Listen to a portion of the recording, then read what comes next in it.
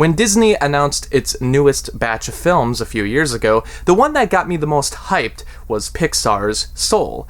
Soul didn't have much of a description at the time. It was going to involve jazz music, but it was an original concept, and when it comes to originality, I really trust Pixar. When the pandemic persisted across the country, Soul was released directly to Disney Plus, available for all subscribers. It was praised as one of the best movies of 2020, and it ended up winning the Oscar for Best Animated Feature. Now that I've added Soul to my Pixar collection, is it worth all the praise it's been getting? Yes. Soul saw the return of Pete Docter to the director's chair, who had previously worked on Inside Out. This has a bit of that same imagination. Instead of involving a person's inner emotions, this deals with the inner soul of a person, and discovering what truly makes them click. Like Inside Out, it's taking seemingly complex ideas and making them tangible for all audiences. I'd also like to point out that between Soul, Inside Out, Disney's short inner workings, and the Epcot ride Cranium Command, Disney sure loves to dissect the human body as much as they can. Soul stars Jamie Foxx as Joe, a local music teacher who has aspirations of playing jazz professionally, and after getting the gig of a lifetime, he falls down a manhole in the most comical of ways, and his soul leaves the body, preparing for its ascent to the great beyond.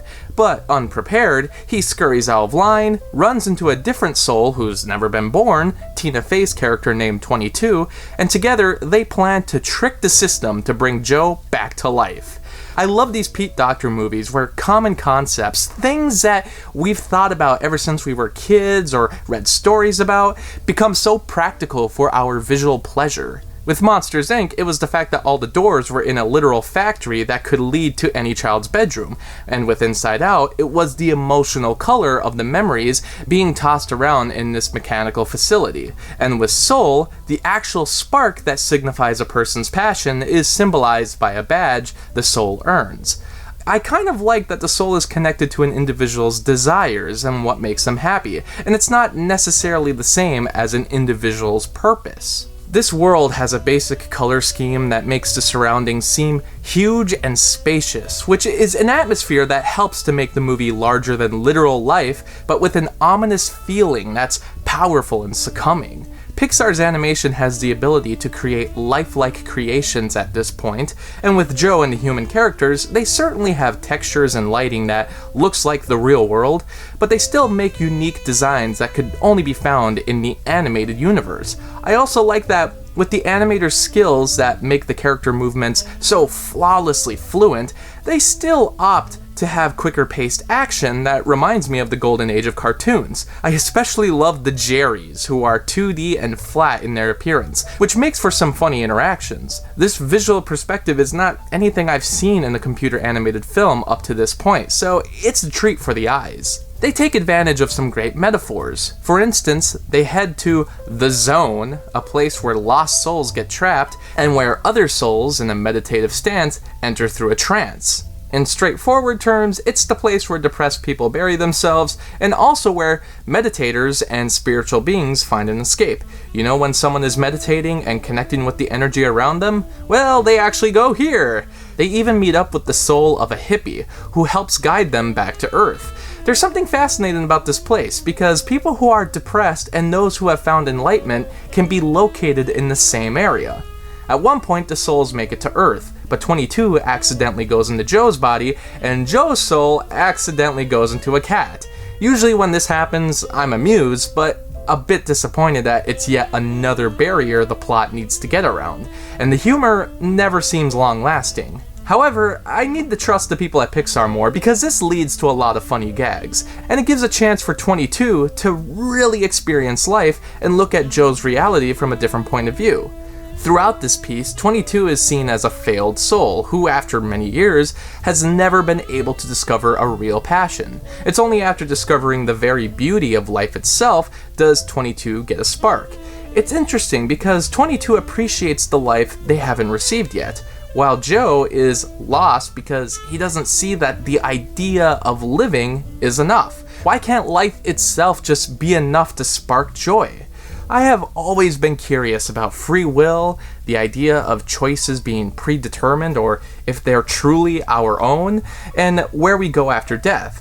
It's not stuff that I thought a Pixar movie would ever tackle, but they found a wonderful way to go about it, and I think the messaging is so strong. It's essentially allowing for choices to matter, but everything that happens in life can be a positive or negative effect of those choices, environment, or situation.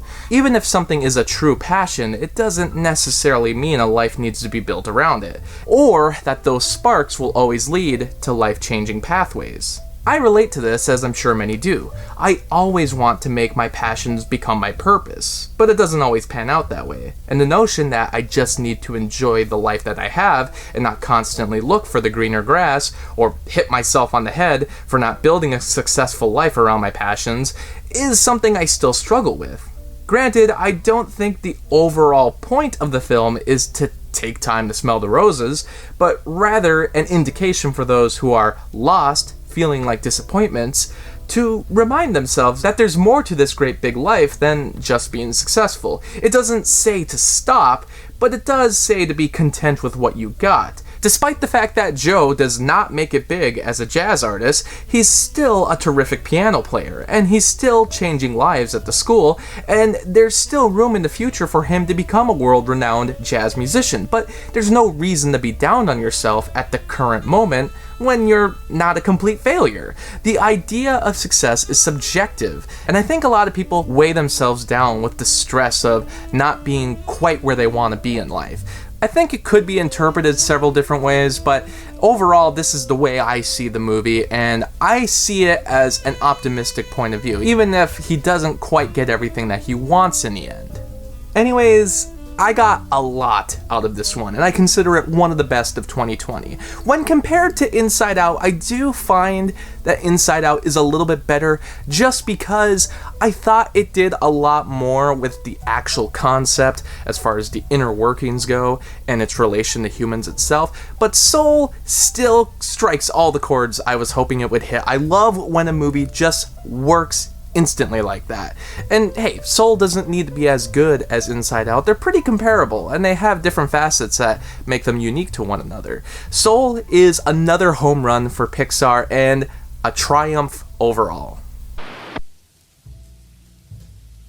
Special thanks to Anna for this Patreon request. Thanks for watching the video, and special shout out to Lauren, Anthony, Anna, Kirsten, Spencer, Lucas, Ryan, and Robert for supporting me on Patreon. By joining my Patreon, you can get exclusive blogs and videos, and for just $7, you can get your own monthly movie review. I hope you stick around, cinephile, and have a happy, productive day.